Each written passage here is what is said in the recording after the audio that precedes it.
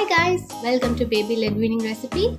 If you are new here, I am making different dishes for babies to have a healthy plate and posting new video on every Tuesday.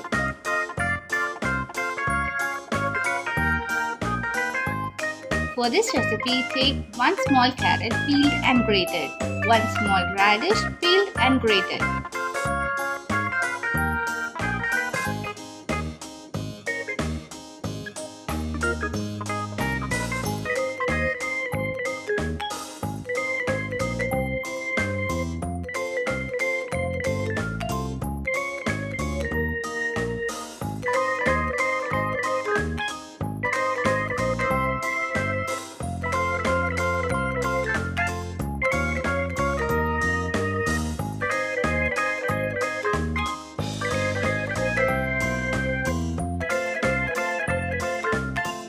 Now let's start by mixing the carrot and radish together and squeeze the juice out of them.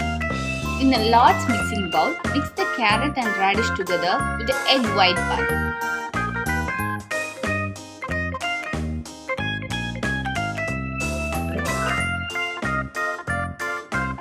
Two tablespoons of wheat flour and cumin. 1 tablespoon besan flour. Give it a good whisk to make sure everything is well combined. Add the coriander and mix through. You can also add some grated cheese for extra flavor if you like. Mix everything together. Stir well to form a thick batter. Once the batter is ready, heat some vegetable oil or coconut oil in a pan over medium heat.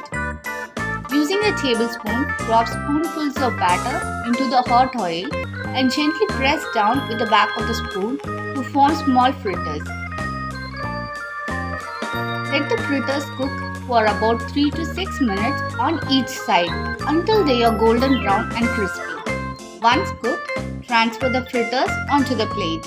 Carrot and radish fritters are ready to enjoy.